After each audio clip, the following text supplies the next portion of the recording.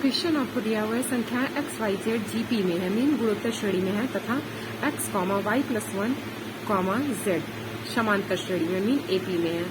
यदि x plus y plus z is equal to 14 हो तो एक्स वाई तथा जेड का मान बताइए। अब आपको दिया हुआ है एक्स वाई जेड जो है वो जीपी में है, तो अगर ये जीपी में होते तो दूसरे पद का स्क्वायर करने पे पहले और अंतिम पद का मल्टीप्लीकेशन होता है। तो यहाँ पे हमने लिख लिया है वाई का square is equal to x into z, इसको हम इक्वेशन 1 मान लेते हैं। अगला पॉइंट हमें दिया हुआ तथा x comma y plus one comma z समांतर श्रेणी में मीन एपी में है।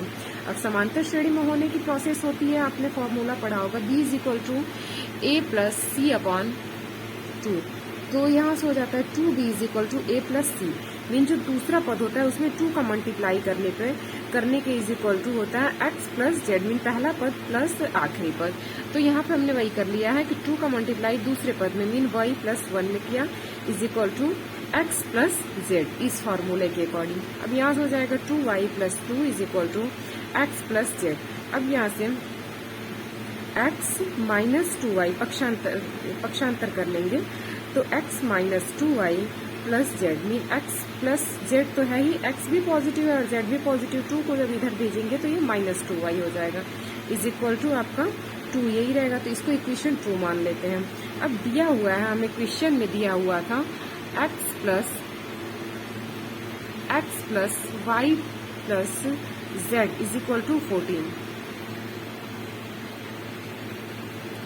इक्वेशन 3 एंड 2 से मीन 3 में से 2 को जब माइनस करेंगे, इक्वेशन 3 हमारा ये क्वेश्चन में दिया हुआ है, 2 हमने बनाया हुआ है, तो यहाँ से 3 में से जब 2 को माइनस करेंगे तो ये हो जाएगा 3y मीन ये पॉजिटिव था, यहाँ पे ये नेगेटिव था, लेकिन जब माइनस ही किया जाएगा तो ये भी प्लस ही हो जाएगा, तो इसलिए 3y इज इक्वल टू 12। ये पॉजिटिव और दूसरा नेगेटिव होगा तो कैंसिल आउट हो जाएंगे, सेम वही प्रोसेस इसमें भी होगी।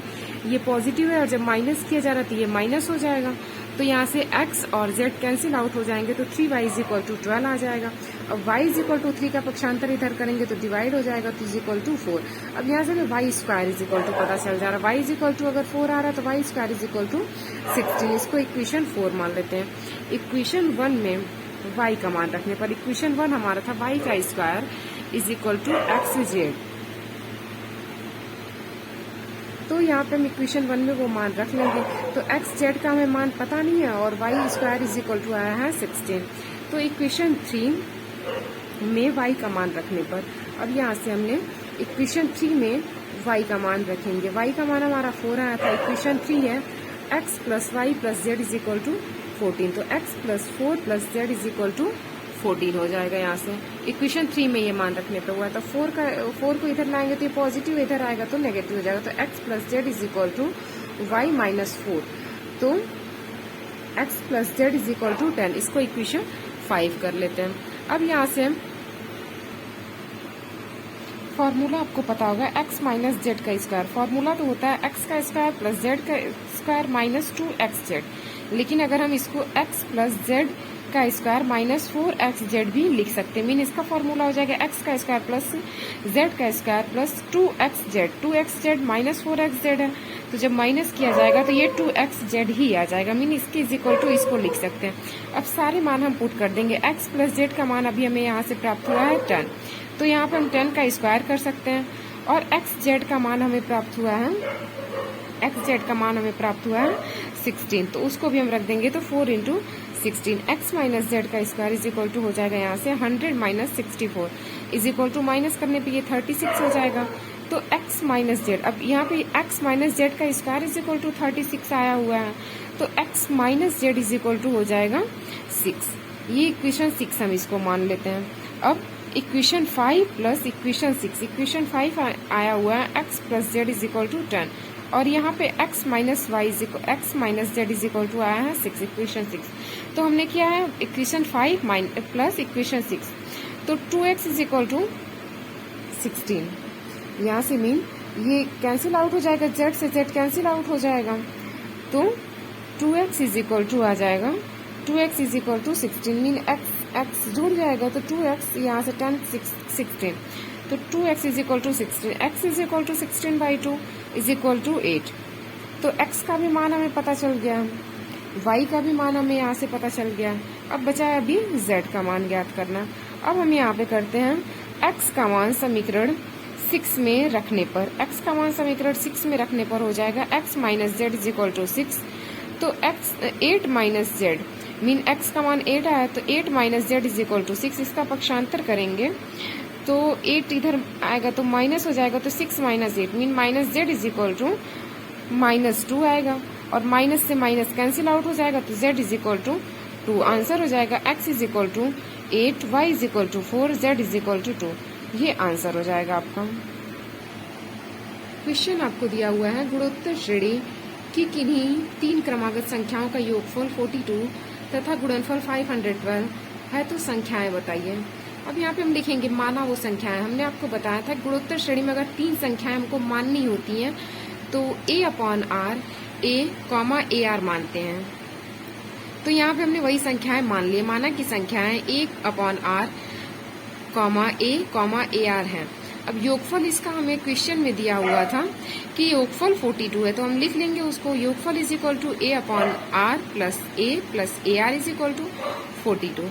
इसको हम इक्वेशन 1 कर लेते हैं। अब हमें गुणनफल दिया हुआ था, गुणनफल दिया हुआ था 512। अब गुणनफल इज इक्वल टू करेंगे तो a/ यहाँ पे पॉजिटिव योगफल था तो प्लस किया था, गुणनफल है तो इंटू करेंगे, तो a/r into AR is equal to 512। तो यहाँ से a और a कैंसिल आउट हो जाएगा, ये सॉरी r और r, बिकॉज ये अपॉन में दिया हुआ था, ये r से AR cancel out is equal to 512 mean a का क्यूब। यहाँ से a के एक ये a का क्यूब मीन 3a है, तो a का क्यूब इज इक्वल टू 512।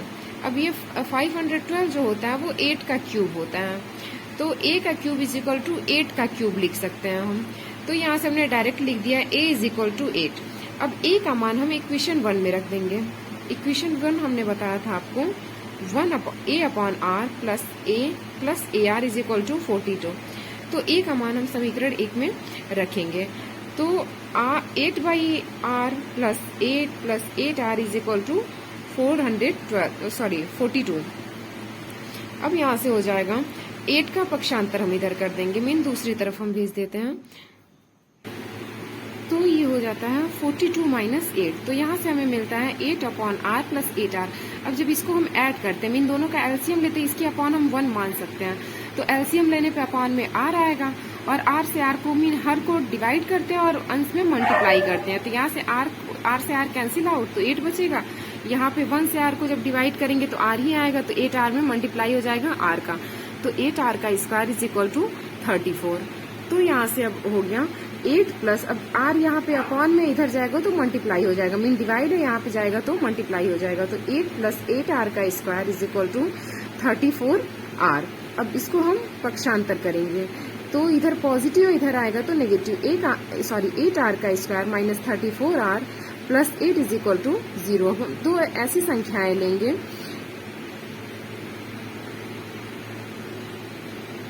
जिसको मल्टीप्लाई करने पे 64 आए, मीन 8 8 जाइए पहला नंबर जो होता है और लास्ट वाला, इसका मल्टीप्लाई करके हम देखते हैं ना, तो यहाँ से 64 हो जाएगा। तो ऐसी संख्या हम लेंगे जिसका मल्टीप्लाई करने पे 64 आए और प्लस या माइनस करने पे 34 आए।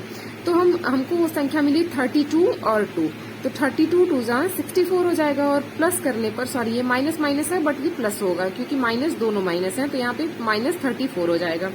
तो हमारा इक्वेशन बना यहाँ से 8r का square minus 32r minus 2r plus 8 is equal to 0।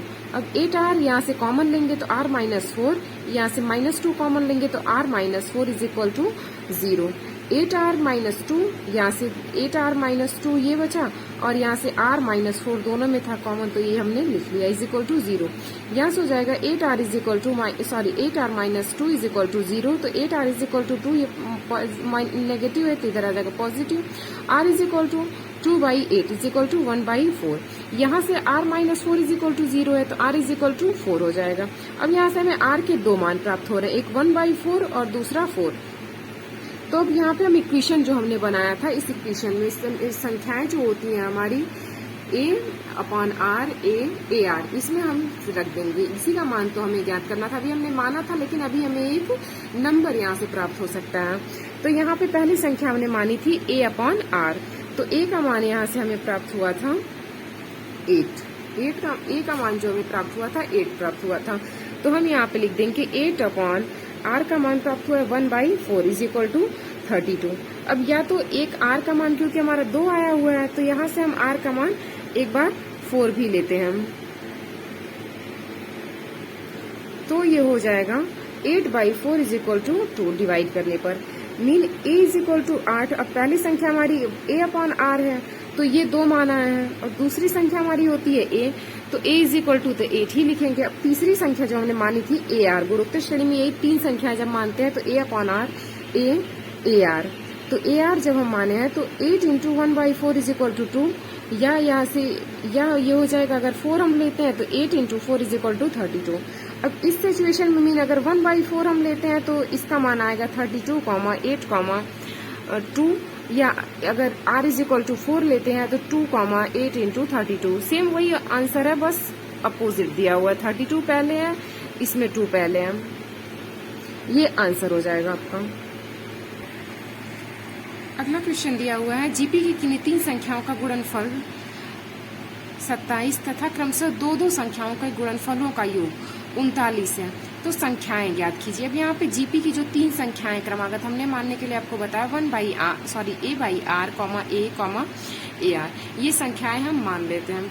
तो यहाँ से अब दिया हुआ है कि संख्याओं का गुणनफल जो है वो 27 है, तो यहाँ पे हम गुणनफल लिख लेंगे a upon r into a r is equal to 27। तो यहाँ से r cancel out, a cube is equal to हो जाएगा 27। तो ए का क्यूब इज इक्वल टू, यहाँ पे 3 का क्यूब है तो इसको 3 का क्यूब लिख लेंगे, तो ए इज इक्वल टू हो जाएगा यहाँ से 3।